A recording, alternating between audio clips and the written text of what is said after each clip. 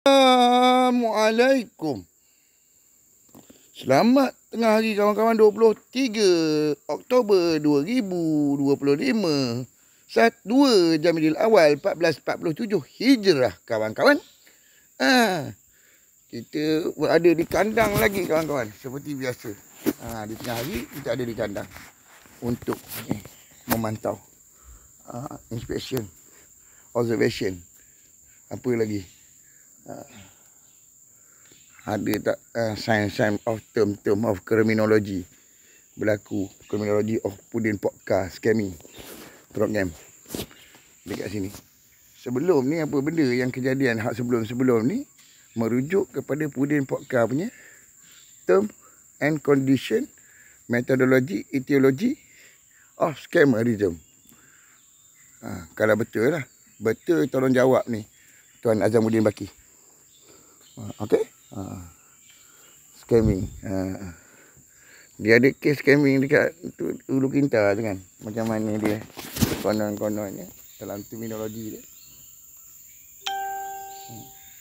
Dan dekat Intan tu dia nak buang kerja.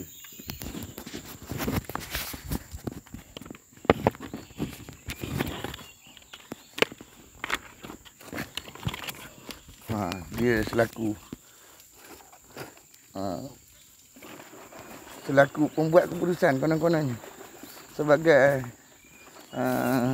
the chosen worker, pekerja contoh, sampling punya. Kita nak buat sampling punya apa ni, scammer punya ni sampling. Sampling punya drug lot, trafficker ke, scammerism ke, kita nak buat sampling. Macam mana dia konon-konon dia nak bagi contoh lah dekat situ gitu. Dalam sesi Abang Hassan dia, perbahasan dia ke Abang Hassan dia ke,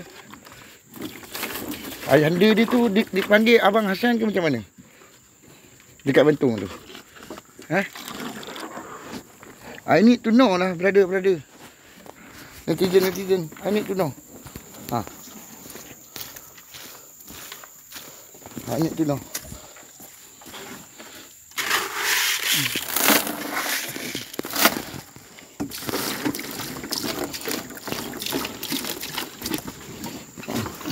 Kita nak buat sampling tu.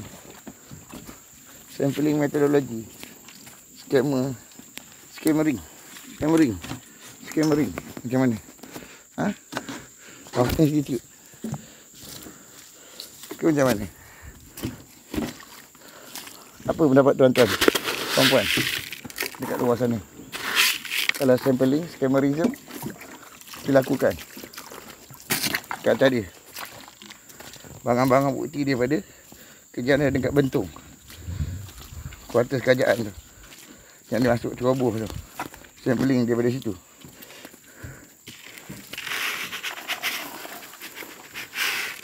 Fundamental kan, fundamental of investigation. Sana. Tak ada. Jatuh aku nanti.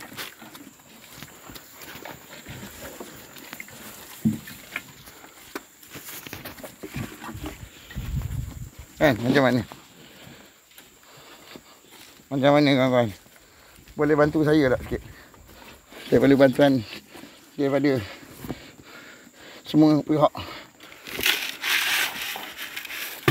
Ini pasal akidah ni. Dia berpandu berlandaskan akidah. Okey?